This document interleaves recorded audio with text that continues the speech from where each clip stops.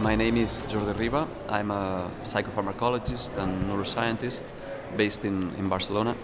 I do research on psychoactives and I've been studying ayahuasca for around 20 years now. Ayahuasca is a complex substance, a psychedelic ancient medicine used in the Amazon, and we were interested in seeing whether it could have some properties that could be used for therapeutic purposes.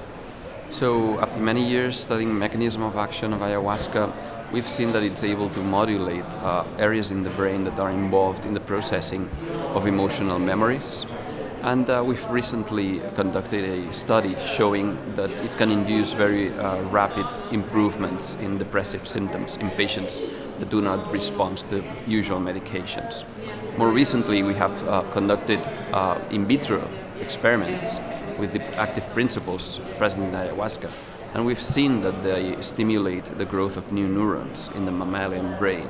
We think that it allows an emotional reprocessing that could be useful, for instance, in the treatment of addiction and in certain personality disorders, and this is what our future studies will try to assess. I think we owe to the original inhabitants of the Amazon this knowledge that has been passed on us.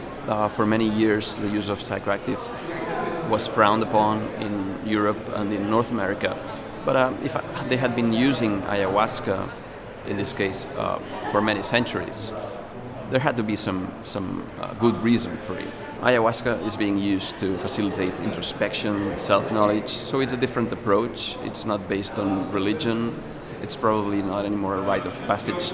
But I think that every human group that interacts with ayahuasca rediscovers it and incorporates it into its own cultural framework.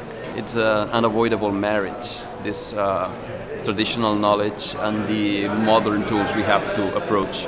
When I started my research 20 years ago, there was indifference, if not some over negative reactions to this kind of research. But in the last 4 or 5 years, I think it has completely changed.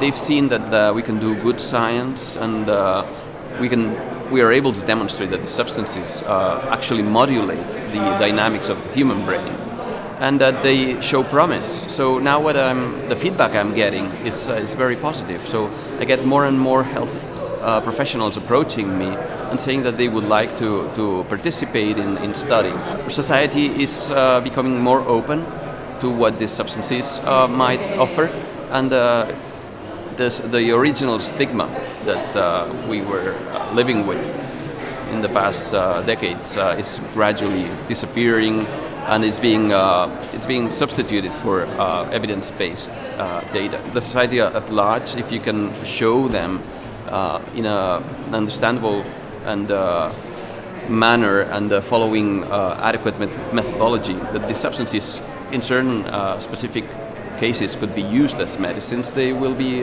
ready to try this and accept it in the end. I'm Dr. Daniel Perkins. I'm from the University of Melbourne, Australia. The study we're doing is looking at, it's a global survey of ayahuasca use.